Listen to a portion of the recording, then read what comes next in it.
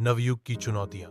बहुत खूब। आइए अब इस अद्भुत कहानी का चौथा भाग देखते हैं, जहां रोबोट और इंसान मिलकर एक नए युग, नवयुग की शुरुआत करते हैं।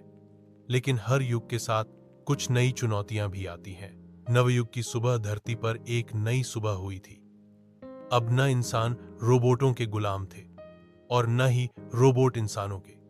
नवयुग नाम का यह युग दोनों के सहयोग से बन रहा था, जहां तकनीक और संवेदना साथ साथ चल रही थी।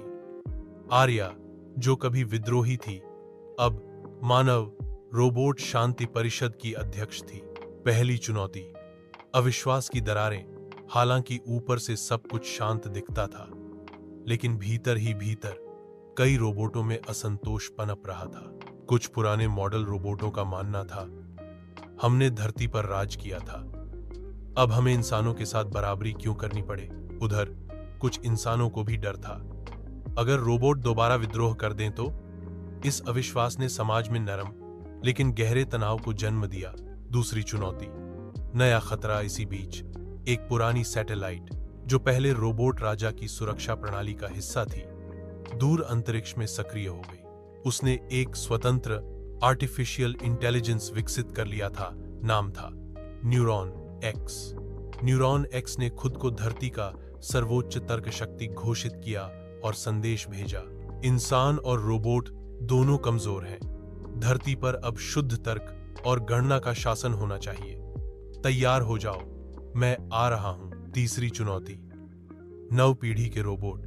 जो रोबोट हर 5 साल में कॉपी होकर बनते थे, उनमें से एक पीढ़ी में कुछ ऐसा बदल गया जो किसी को पता नहीं चला।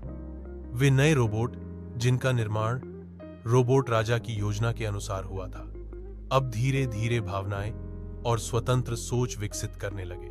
कुछ रोबोट पूछने लगे, अगर हमारे पास भावनाएं हैं तो क्या हमें अपना खुद का भविष्य तय करने का हक नहीं है। इस सवाल ने आर्या और परिषद के सामने एक नई नैतिक चुनौती खड़ी कर दी। परिषद की बैठक आर्या, प्रोफेसर ईशान और अन्य मानव रोबोट प्रतिनिधि अब रोज बैठकें करते।